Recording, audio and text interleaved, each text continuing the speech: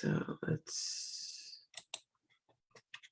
get this off of here and this out of here.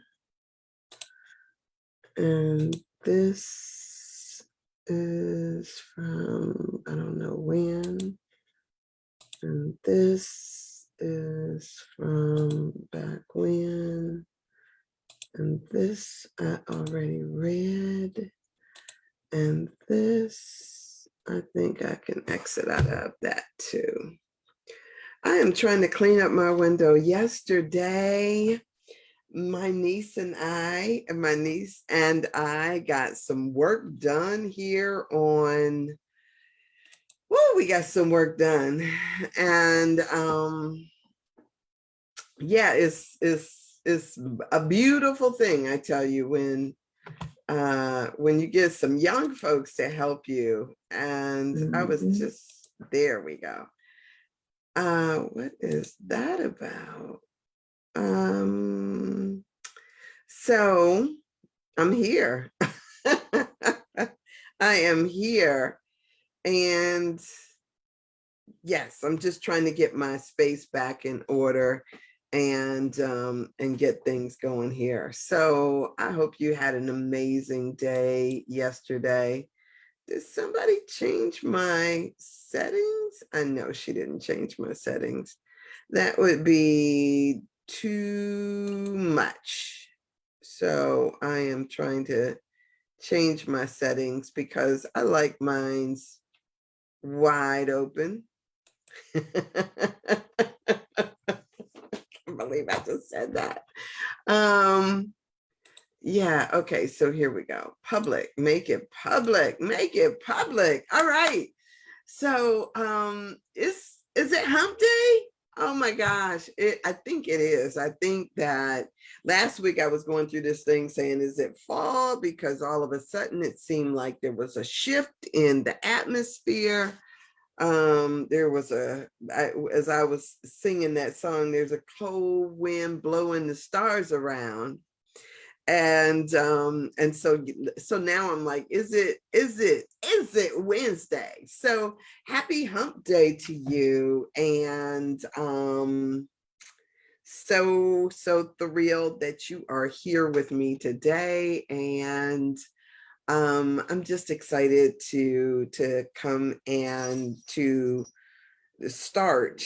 You know, sometimes I think of this as, although I wake up, I jumped out of bed. I had my class last night, and I'm taking a class from a Reverend Cherie, who is at Upchurch in California.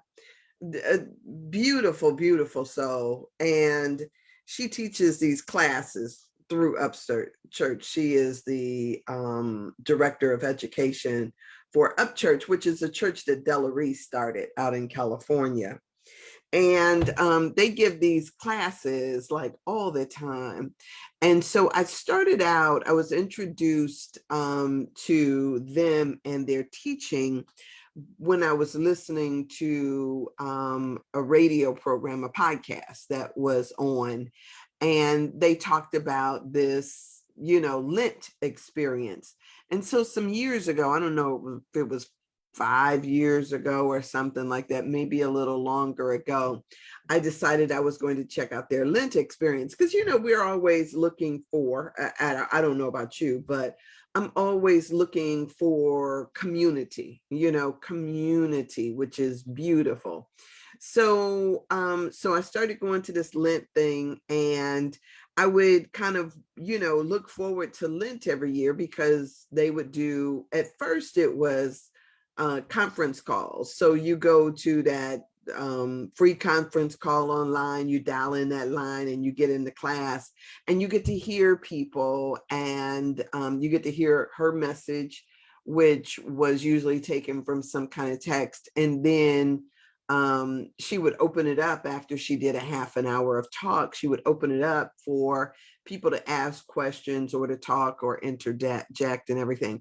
And the first couple of years, I kind of kept quiet because one, I wasn't paying the cost that I was, to be in the room. I was just kind of there freebeing. And then as time went on, I started like paying whatever it was that they were asking and going to the class. And so I've gone to that class for years. Well, during the pandemic, they switched over and started doing it via Zoom. And so she teaches these classes over Zoom, and because it is 3 hour time difference, the class for me starts late. So a 6 o'clock class in California starts at 9 p.m. here.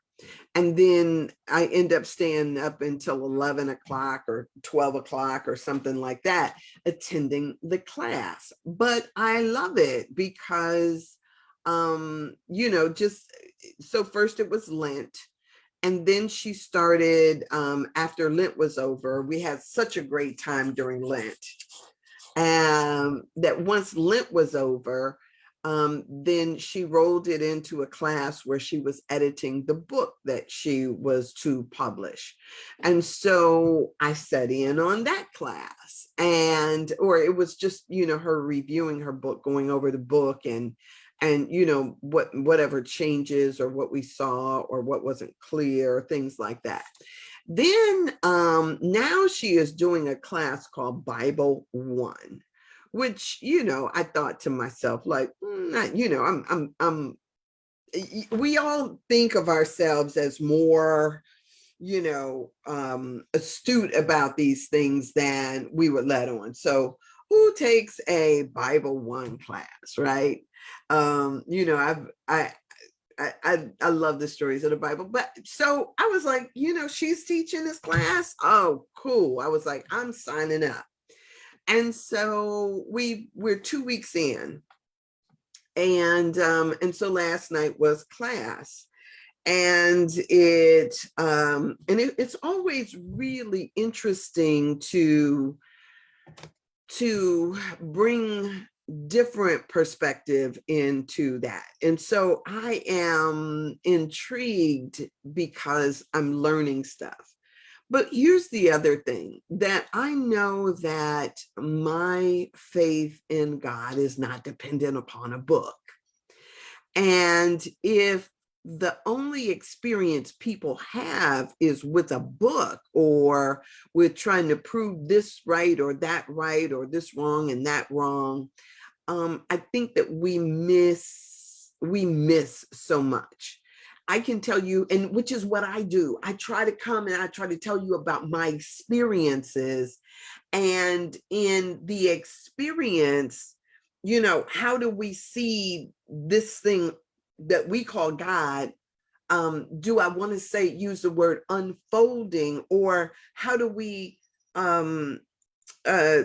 exist in this, given what we know? And this is taking it away from being the God of Isaac and Jacob and and Adam and all of that. It's taking it totally away from that and saying, I am talking about the God of Sandra, as you should be talking about the God of you and how you see that. So yesterday, I think it was, I talked about this that I'm so grateful for the curiosity that I have and the power of observation, because what I know is that I don't need somebody to come and tell me about an experience. And I think yesterday I was talking about the experience of me shaving my legs and then observing how the hair came back, whether it came back coarser, whether it came back thicker, whether it came back longer, just being an observer of life. So we can talk about so many things, but if we haven't learned how to observe it unfolding, if we haven't learned about what synchronicity is, if we have, I had this talk with Dr. Brown. This is back in July, and I said good morning to y'all, right? Okay. So I had this conversation with Dr. Brown, and I asked Dr. Brown, I said, do you consider No, I didn't ask it that way. I asked him about intuition and what part intuition played in his life. And he says, let me tell you how this works. And I call this synchronicity instead of intuition. He says, I can find myself reading an article about, and I'm gonna give some fictitious name because I don't even know what he says. He says, I find myself reading this article about this muscle that is in your back. He says that has absolutely nothing to do with what I'm working on or my specialty, like gastroentomology, entomology, however you say it. He says it has absolutely nothing to do with anything that I'm working on or anything. He says, but I feel drawn, and he says, I feel totally what's the word that I would absorbed in an article about something that has nothing to do with what he's working on. He says, and I read this article, he says, and I'm fascinated by it, and I'm just totally absorbed in it. And he says, and I make all these connections. And he says, and then 4 days later, somebody walks in my office. And he says, and I'm easily able to identify it because just 4 or 5 days earlier, I have been totally immersed in and engrossed in that particular subject. He says, and then he says, I turn around and he says, something else happens and a family member calls me out of the blue about something that I just came across.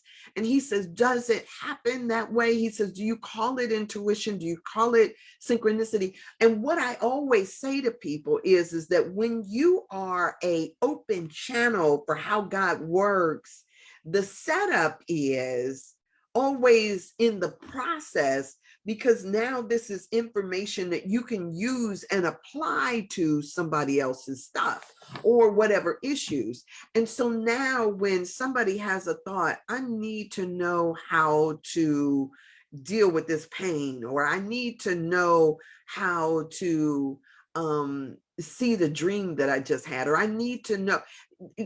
Spirit has already done the setup work by giving you the information that this person needs to now call you for, or whatever the case may be. It's about what, like looking at a map or a chessboard and say, what players do I have in play to give this blessing to this person on this particular day, because they're going to need it.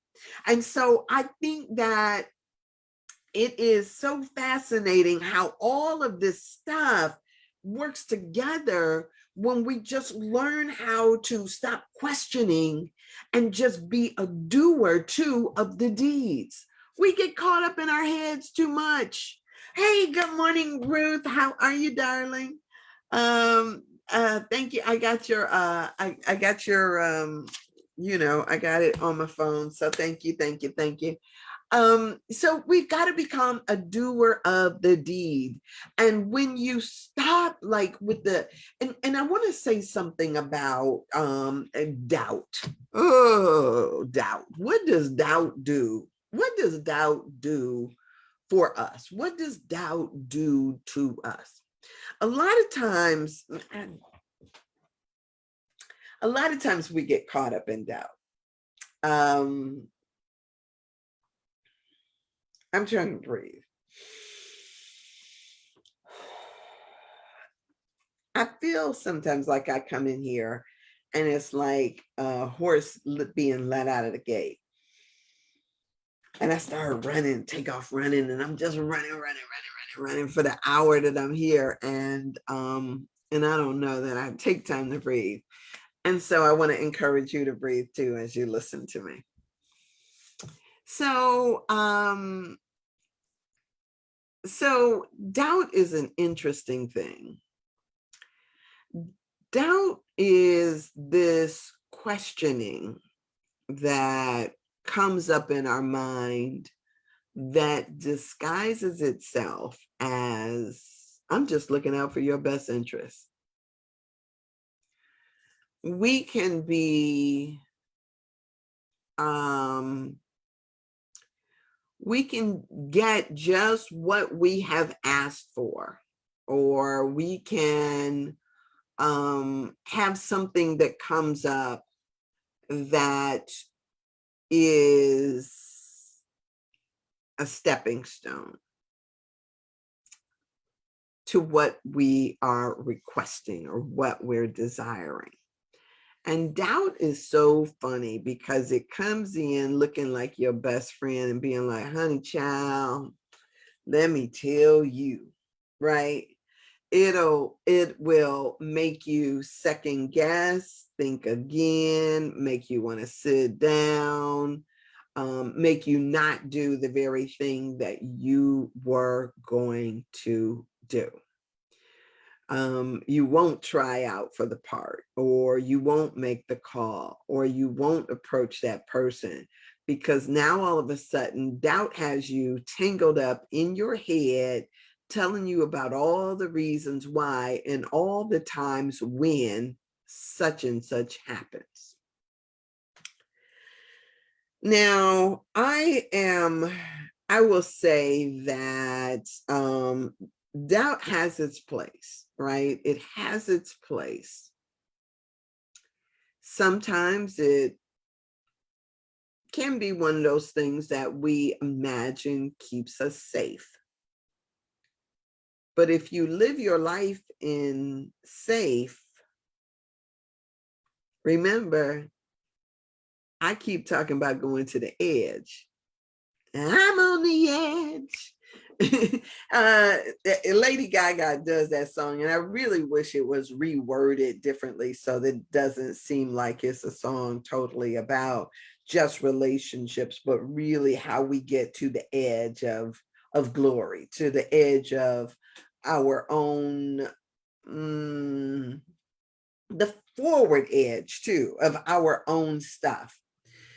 Because what happens when we start getting in doubt is the questioning sometimes causes us to linger too long, to stay locked in a situation for too long.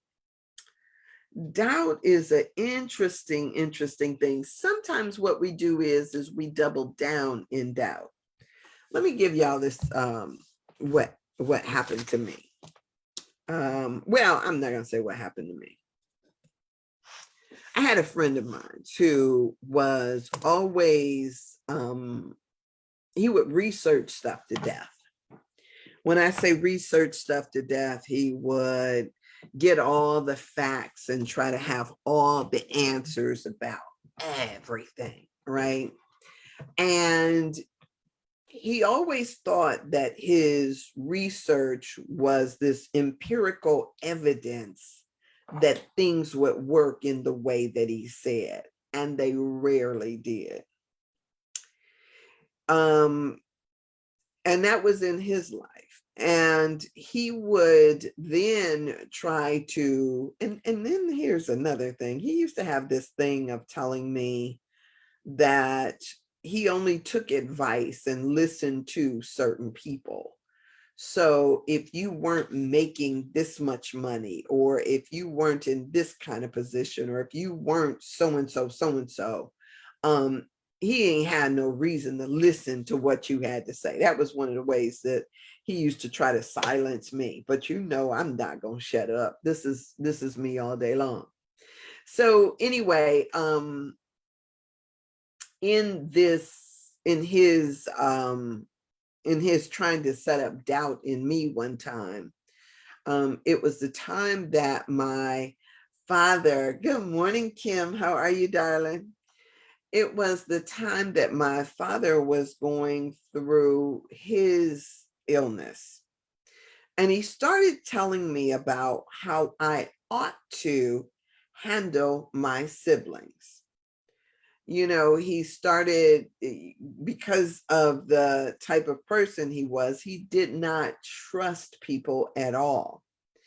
And he started telling me about, oh, you should, you know, like, oh, you should take this to court. You should prepare yourself for this. And he started telling me about things that were going to happen, especially once my father died. He was just telling me families get ugly when this happens and when that happens and blah, blah, blah. And I was looking at him and saying, you don't know my family, right? You don't, how do you tell me what it is that's going to happen in my family? And so he's just, mounting evidence. He's got, and I'm going to pull out this and I'm going to tell you about that and blah, blah, blah, blah, blah. And it was all of this, fear mongering that he was trying to encourage me to do, and kept talking about it. And it's really interesting because it makes you think about that that poem that says, and at some point in it, the silver lining of the cloud of doubt. He kept trying to insist that this should be the way that I protect myself. And I kept, no. I trust my brothers. I trust my sisters. As a matter of fact, this is a Course in Miracles lesson. I talk about the way that we see one another. And if we, in psychology, it is called a self-fulfilling prophecy. If I see in you this, if I see certain things in you, there is this tendency for it to be called forth because that's what I'm expecting to see. So like the girlfriend that I talked to you guys about, who every time you turned around, what she saw is that the men that she was involved with cheated on her. And so preemptively, even before there was anything that happened, she would assume that it was going to happen or had already happened, because that was the energy that she walked into or she walked around with. And so, not only had she actually said, okay, let's get this over with. Why don't y'all guys go ahead and hook up so we can snatch the bandage off of that piece, and then I don't have to worry about it anymore. Or another time when she was already supposing that, and I'm just, it would be so sad because it was not even on the radar screen, right? It wasn't even on the radar screen, but that was what she carried with her.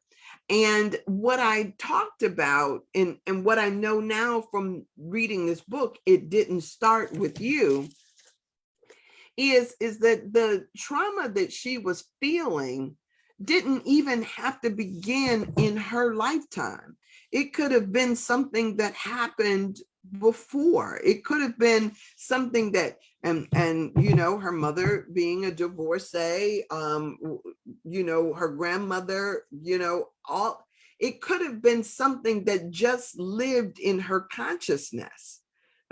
Right? It could be something that has lived in my consciousness. But the thing about it is that the doubt, if you respond to the doubt, then what you do is a lot of times you block yourself from what is really real. And so people will double down in their doubt because they are in doubt. And they believe their doubt, if I've got this, if I've got these thoughts, where there's smoke, there's fire. If I have these thoughts, then it must be real. And it may not be at all real for you. So doubt can show up in any number of ways. It can make you not ask for the raise that you may think you want, or it may make you end a relationship that was really working. It could make you abort the child that you wanted to have. It could show up in how your relations are with your siblings or with your neighbors, because there is this thought that you already know what is going to happen and how this is going to unfold.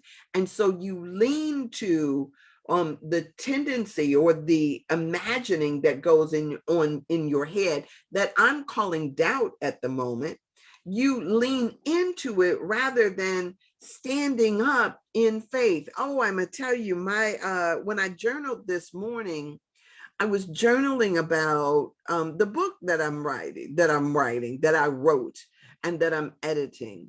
And as I go back through when I'm reading the book, I'm just sitting up there like just amazed that, yay, this is what I wrote. Yay, right? And so great day to you, Winnie. So I'm sitting there and I'm as I'm reading, I'm celebrating and I'm thinking to myself, yes, yes, yes. And so when I'm in that place is really good. But of course there is all these other folks that'll tell you, what is possible or what's capable or anything else. But this morning, what I wrote down in my journal after or right before that is my mother and my father used to have certain things that they said to us all the time, which is just kind of par for, all of us as we're being raised, I hope. And my mother or my dad would say, stand up straight, right? It would be stand up straight or sit up straight, right? That would be something that was always said. Stop slouching, right? I don't know that they ever told me to stop slouching, but I've heard it said before. But stand up straight, sit up straight, that kind of thing, right? And when you think about it, at least when I think about it, how much more significant is that to you now, right? If stand up straight means stop looking around for something to hold you up or to support you. You have the ability to stand up straight, to stand up on your own 2 feet without leaning or without needing a crutch. You have that ability. That is what sometimes we have to remind ourselves, this is what I was prepared for. This, standing up straight in the world, knowing that that not only in my body, but in my spirit, I have the ability to stand up straight, not to lean, not to look to others to co-sign or to tell me that this is okay, give me an attaboy, pat me on the back or any of that stuff. Stand up straight, right? And so for all of us, what does that mean? What does it mean for you when you are encouraged to stand up straight? What does standing tall mean for you? What does not getting caught up looking for co-signers, for just so many things that we look for when we're standing in our places of doubt, like come hold my hand. Oh my goodness. I will tell you that when I was a child, I thought as a child, I operated and moved in the world as a child. But at a certain point, you become an adult. And that adult means that I don't need to walk you to the bathroom anymore, right? Don't come with me to the bathroom. For what? Because you're afraid to walk across the floor because people are going to look at you? Come on. Good morning, Michael. How are you? Hey, it's been a minute. Good greetings to you. Happy fall. So and look, and in fall, we learn how to pay attention to signs and symbols and everything else. Autumn is called fall for a reason. It's the time that the leaves, at least here in Ohio, begin to turn. The grip that they have on the branches begins to loosen. And all of this rain and wind is to help them fall. If they never fall, right? If the leaves never leave the trees, or if things don't wilt, the process wouldn't be complete. As a matter of fact, the leaves have to fall in order for the sap in the trees to go back into its center and prepare itself for winter. And then there it rests until it is time for that to begin to move again. It is a self-protective way that nature works. And so when you think about what is that in your life, sometimes we are holding on to things that are dead and gone. And therefore we can't make room for the newness that is sure to come. Cynthia, good morning to you. How are you? This is I think this is the first that you've greeted me. So hey, yes, so much is going on, but whatever is going to happen, to God be the glory. Yes, yes, yes. In all things, right? Learning how to find that joy in whatever. I and so I'm grateful for you saying that, because even in talking about this thing of doubt, it is, when I'm using this analogy of fall. Hey Tracy, blessings to you, babe.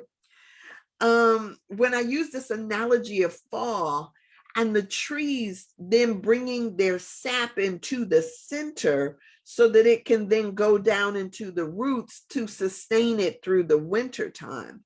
Sometimes we have to remember, what does it mean for me as individuals, for us as individuals, to pull our energy back into our center so that we learn how to stand up stronger in the world, so that we can do the work that is necessary or that is called for in our individual lives or in our individual experiences. Sometimes that means that we need to do that in order to deal with stuff that is confronting us, like in the wintertime for a tree. It's necessary for that sap to come into the center. It's necessary to pull back everything that has been out there instead of having all of its energy outwards. It's necessary for sustenance to pull it in. When we see storms and when we see hurricanes coming, what do people do? They talk about this batten down the hatches. Everything needs to come into center so that it can fortify itself against the onslaught that is to come. And so for each and every one of us, we have to think about, what does that mean in our individual lives? What is it that I need to pull in? Doubt, if you could think about doubt as a scattered energy, because it's feeling around for, place. It's feeling around to see what, where can I find a foothold? Kind of like if you look at I'm seeing like mountain climbing or going out on thin ice. There's that, I got to feel forward to see where I can get a stronghold, where I could get something, right? And so there's that feeling. And so sometimes what people do is rather than have faith in their own abilities, they're so busy trying to look, trying to see what somebody else is doing, where they're going, where am I at in the scheme of things. They're looking around rather than concentrating on, how do I fortify where I am so that I make the best possible decision? I was reading an article one time that talked about this very thing, that was talking about a guy who was, they were trying to get up the side of a mountain. And he says that there is this tendency to follow the path that is laid before you. And he says, but sometimes you got to stop and survey and see if what the path is the best route for you. And he says, as I allowed myself to create some space, to back up, he says, I was able to see that there was something easier, something more straightforward that was just a few, just a little ways off, and then I could go to there. I have, when I'm out in the woods, I always look at the woods as a metaphor for life. And I have done it in a way that sometimes I have gone up the rough side of the mountain, because I didn't step back. When I stepped back, or when I looked again, I saw a bridge, and I'm thinking, where did that thing come from?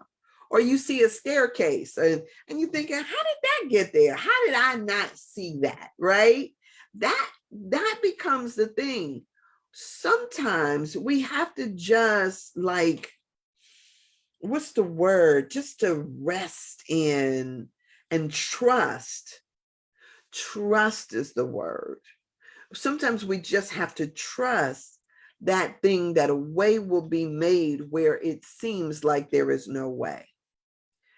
And sometimes that means standing. Just, I'm going to stand, not lean. I'm going to stand and wait until I get the go ahead, until I get until I get that feeling that where I'm going is right on target.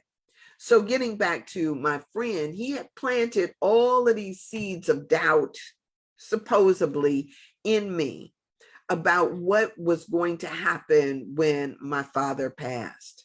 I chose to stand in the truth that I knew. I said to him, I was like, yeah, that may be your experience, and maybe you've seen that over and over again. Hey, Mike, good morning. Maybe you've seen that happen over and over again, but that is not going to be my experience. I tell people that all the time. That's not going to be my experience, because my experience is that I'm going to trust and trust until I can't trust no more. And even when it seems like, the winds may come, and the rain may come, and the storms may blow, I'm going to still stand in trust, because I'm going to say, this too is something God would have me live through. This too is a lesson God would have me learn. And so sometimes people will sit there and look at you like, you got wet, right? But maybe in getting wet, that's exactly what was supposed to happen. This is exactly what is supposed to happen. We never, if you're not one that understands that or gets that, then it's funny. Yesterday, I'm gonna tell you about what happened with my niece yesterday. Yesterday, when we were sitting here and we had been grinding for a few hours, and my dogs started, getting restless, acting up. And so I said, oh, usually I've taken them for a walk by now, but it's raining. And she was like, it's not raining now. Let's go for a walk. She said, we need a break. That's what she told me. We need a break. Let's go for a walk. So I'm like, okay, let's go for a walk. I grabbed my rain hat. She doesn't have on a rain hat. She's just nothing on her head. I grabbed my rain hat and I'm like, okay, let's do this. And now I did not put a raincoat on my dogs. I just was like, okay, let's go for a walk. Knowing what it's like outside, or what it's been like for the last few days. We turn the corner, we're walking. And all of a sudden, here comes the downpour. Okay, so we are in the rain. So now my niece is 13. She is 13.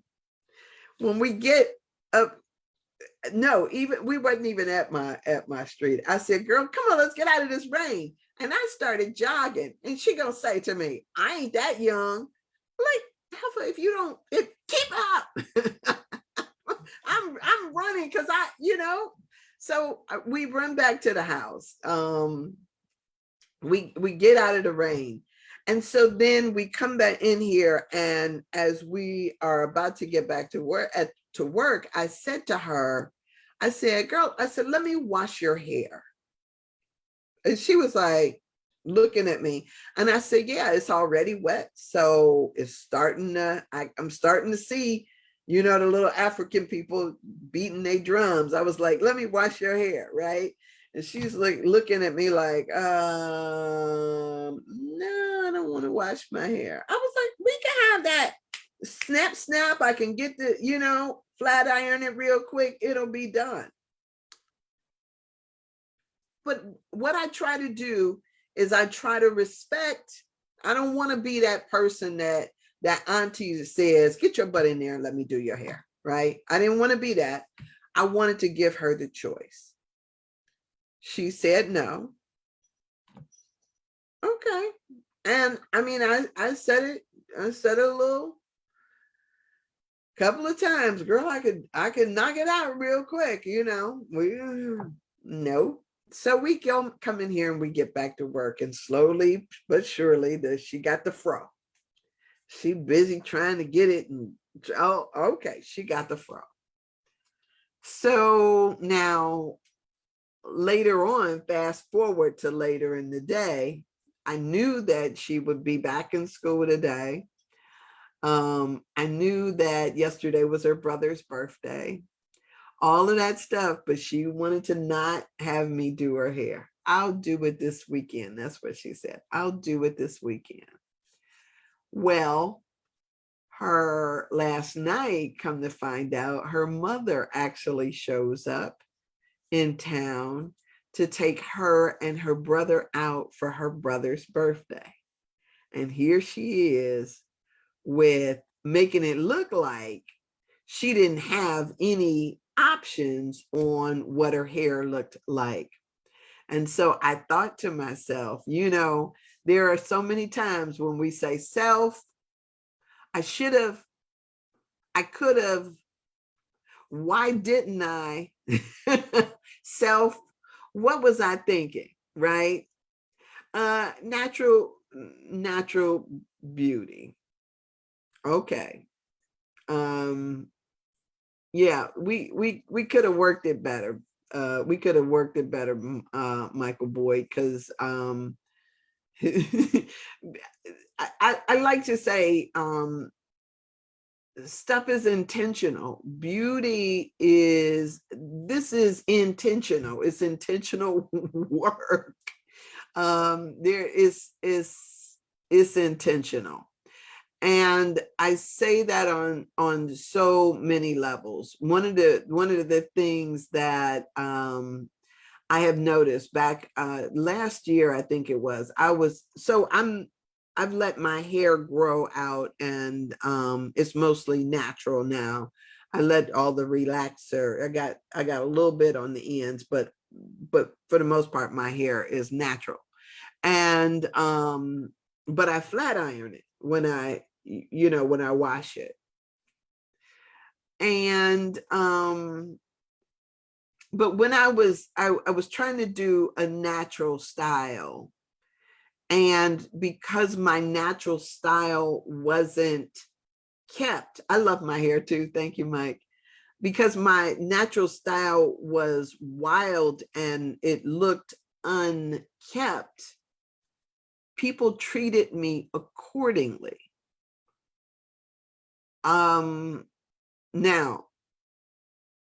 that I am one that loves to be in a mode of honor and respect, but how we carry ourselves speaks volumes.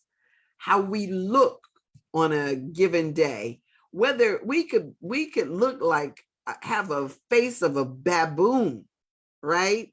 Not saying anything about, you can have the face of a baboon, but if you carry yourself like you have confidence in yourself, if you got a haircut, if you got clothes on that's neat, if you look like you care about yourself, then people treat you accordingly. They don't just look at you and bark, right? They treat you accordingly. And so I am always conscious and mindful about my appearance. I heard somebody say one time, long time ago, maybe it was Les Brown or somebody, don't never let your good catch you looking bad. So when they showed up for them to go out to dinner, here she could have had, she could have had Auntie do her hair, right? But she chose to say, no, I'm cool with that.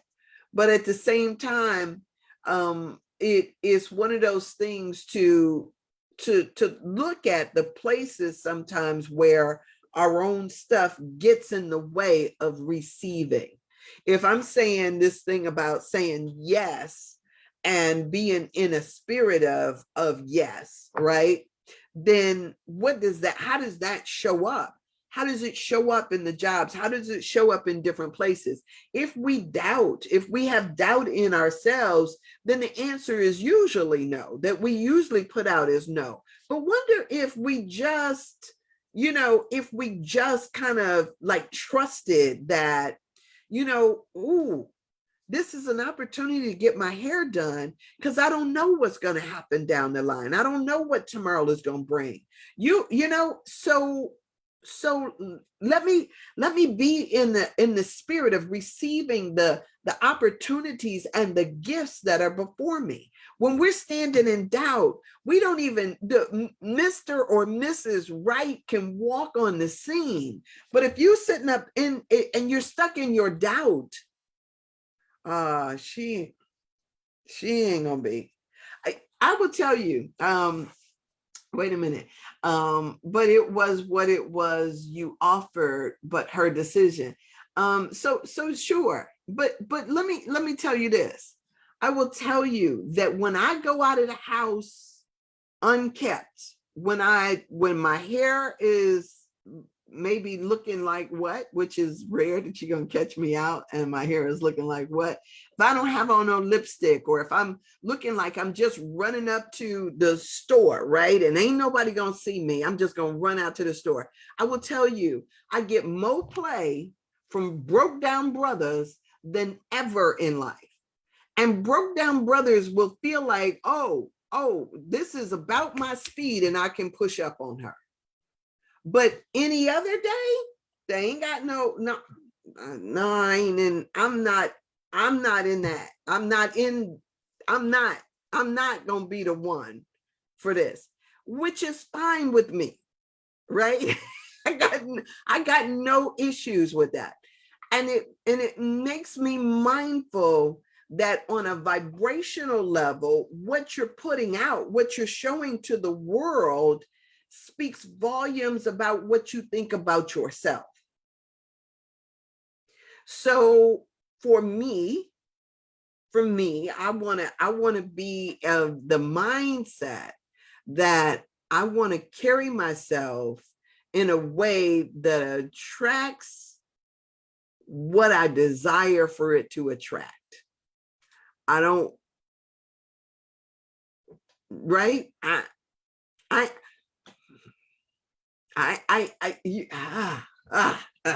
me read y'all's things, because here, Tim ain't here today, so let me see what Michael Boyd. I love the points you make. When you do stop in, it seems like your message is what I need to hear. Well, that's tailor made just for you, darling. I may not be the most handsome guy in the room, but I carry myself as a gentleman and look and smell good and have a positive attitude, and it goes a long way. That is absolutely right, Mike. I mean, it is we sit there we sit there thinking that, whether, because when I look at myself, I would sit there and say, dang, my nose is big, or I got all of these judgments about myself. I can have all of this stuff going on, but I know the parts I got, like, I don't sit up and get stuck in on the details, thinking to myself, if we break things down pieces by pieces, like that Mr. Potato Head we used to play with, when we worried about the ears, and we worried about the nose, and we worried about the lips, and we worried about the pieces parts. It's not the pieces parts. It's not the pieces parts that is the issue. It's the whole. And if the whole is on point, then the pieces parts, that's just stuff that people use to put us in a place of doubt about ourselves. So what we've got to do is to bring all of the energy that we put into the pieces parts back into the center, and realize that the gifting is in the whole of who I am, right? Don't get caught up in, the stuff. There is a wholeness about you. There is a wholeness about each and every one of us. And as we begin to concentrate on what that is and how that shows up in the world, then it puts things in place, in perspective. If all you have is, if you think that your worth is caught up in your money and what you think you own, that is externalized value.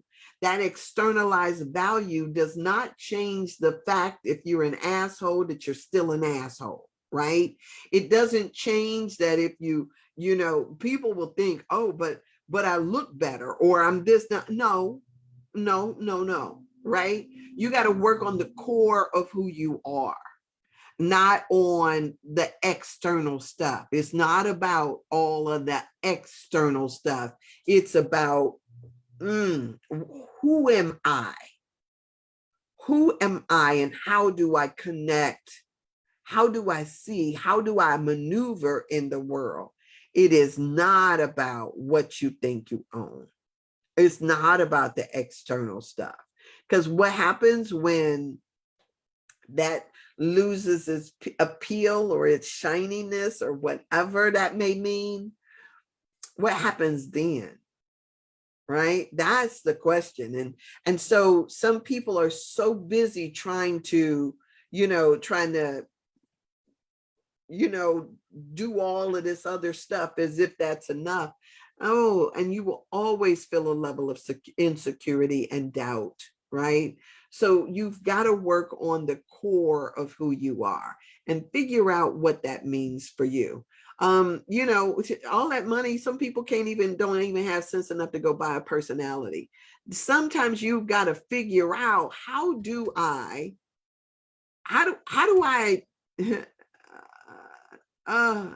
I love it when spirit drops in an analogy or something for me. There was this, I think it's called A Knight's Tale, that movie. And now I'm trying to access why that movie was just dropped into my lap. In The Knight's Tale, the guy was he wanted to be a knight. He wanted to be a knight, but he was born a thatcher. His father was fixed roofs or whatever, or nets or something. But he wanted to be a knight. And so he went off, he left his family in pursuit of this. And a lot of times, based on family lineage, pedigree, all of this stuff, people will say, yeah, you can't be a knight because you are not of noble blood, or you are not this, or you are not that. And so he wanted to what was the line about, something about shooting for the stars, or not letting that determine who he was going to be. And so he faked some papers, and he got him an entourage, and he did all of these things so that he could then go in and compete in some of the tournaments where he would be knighted instead of ignored. And so sometimes what we do is we get stuck in what people tell us. My friend telling me about what my family was going to do, somebody else telling you what you can't do, the teachers that didn't believe in you, the people who have criticized you, your own parents sometimes who have told you to stay in your place. Don't even try that, because that is not in your possibilities or in your capabilities. And sometimes what we have to do is we have to, I want to tell you the line out of that movie, but it is, I got my thing here. But it is like one of those things. I see it. Thank you, Spirit, for giving that to me. But I'm having a hard time. Let me type this in. A Knight's Tale and quote. I'm gonna say quote about stars. A quote about changing stars. There it is. And it says, let's see. It says, can it be done, Father? Can a man change the stars? And his father calmly replies, yes, William, if you believe enough, a man can do anything. I don't know if that's the quote that I was looking for, but this idea of changing your stars, right? If you just like shoot for it, if you just go for what it is that you desire, then you don't have to have a life where you're walking around in regret, thinking about what I could have, should have done, right? What I could have, should have done.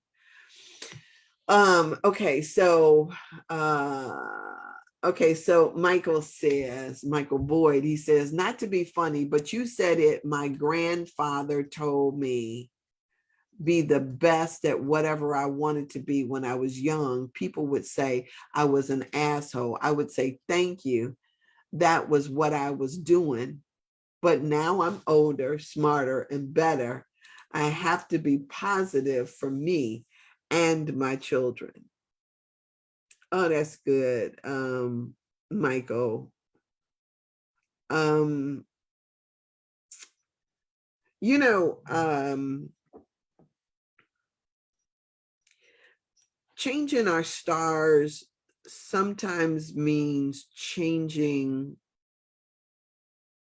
even our definition of how we see ourselves.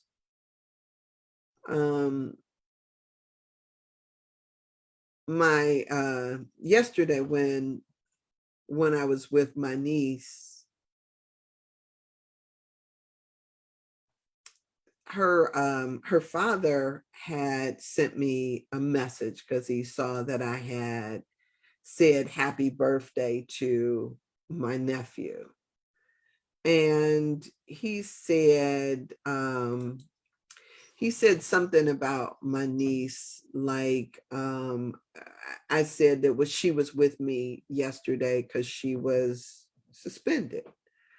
And I've never been suspended from school. But I also told my niece I had never been suspended from school because when I was in school, we had the option of, I'm going to call your parents, you could get suspended, or you could take SWATs. I didn't care how many SWATs you was going to give me. You wasn't suspending me, and you wasn't calling my parents. You said 100. Okay, let me just breathe for a minute. I'm ready. I'm ready. Right. I could take as many SWATs as you could hand out, but I wasn't about to get suspended. I knew that there was always a price to pay for the choices that I made. A lot of times people don't recognize that we live at the effect of the choices that we make. And a lot of times what we do is just as old as Adam and Eve. We want to blame somebody else for the choices that we make. But ultimately, it is us who has to pay the price. So we pay the price for the thoughts that we think. We pay the price for the decisions we make and those that we fail to make. All of those things have there is a consequence to everything. So at one point when I was in junior high school, I wore a shirt that had a bad word on it. And I can't tell you the number of people that said something to me like, oh, baby, why, it was offensive. And why would you even, if it was asshole, why would you even think that? Why would you? And everybody that saw it just kind of like, I could feel this, like, oh, like this heartbreak, like, oh, sweetie, do you not realize that your value is so much more than what you can ever imagine? And so sometimes, when just depending upon the what you surround yourself in, we don't see our own value. And so what we do is we double down in our doubt. We double down in self-hatred. We double down in, that ain't for me, I can't happen. That we double down in it rather than double downing in our faith, like standing, learning how to stand in the midst of the storm. And even when things aren't going right, to be able to trust that even though it doesn't seem right now, right, that I'm going to stand in this until I see it right. Because what I know is that the God of my own being, has the power to define a situation. And so I may be in the midst of,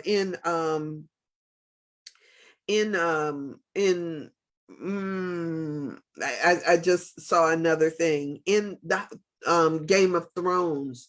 Cersei, who was a queen at the time, I do believe, had to walk through the streets in her shame and have people throw things at her, throwing rotten fruit at her, throwing feces at her, throwing stuff at her. It was like a walk of shame. But the interesting thing about that is, as sometimes that is how, when we walk through life, that's somehow how it feels, that we are doing that walk of shame and people are throwing stuff at us, right? Other people are throwing stuff at, but don't ever change your mind about who you are. Because what we know about these bodies is just like they call it stainless steel. Our bodies are stainless. Whatever you put on our bodies can be washed off. It can be washed clean. But the mind is where we carry those things of doubt. The mind is where we have those places of self-hatred. The mind is where we think and define ourselves in a particular way. It doesn't matter what the outside looks like. The outside should reflect the inside. When you get your inside clean, then the outside can't help but be clean. As a matter of fact, I remember that I read that in the Bible somewhere, that somebody was saying that if you clean the inside of the cup, the outside shall be clean also. That is what we inevitably ought to do for each and every one of ourselves. It's, let me clean it up on the inside, and then it can't help but show on the outside. So don't ever, like, in those places of darkness, that song that says, I went through hell without getting hot. If you're in hell, don't stop. Keep moving until you get someplace different. If you're in darkness, keep moving. Because what I will assure you is that the light comes. It will come, but you cannot stop. Some people will cower in the corner and act like, oh my gosh.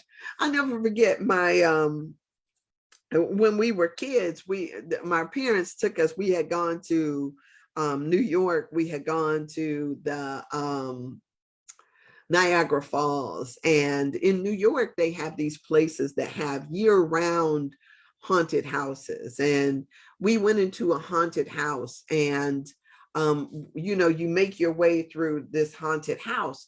And when we got out, it was like we were screaming and all of this other stuff. And there was things jumping out and at us and all of this stuff. And when we got outside, we couldn't find my little brother. It was like, my parents always head count. Where's everybody? Couldn't find my brother. Oh my God, they panicked. So they're going back in because somewhere along the line they had to lose him.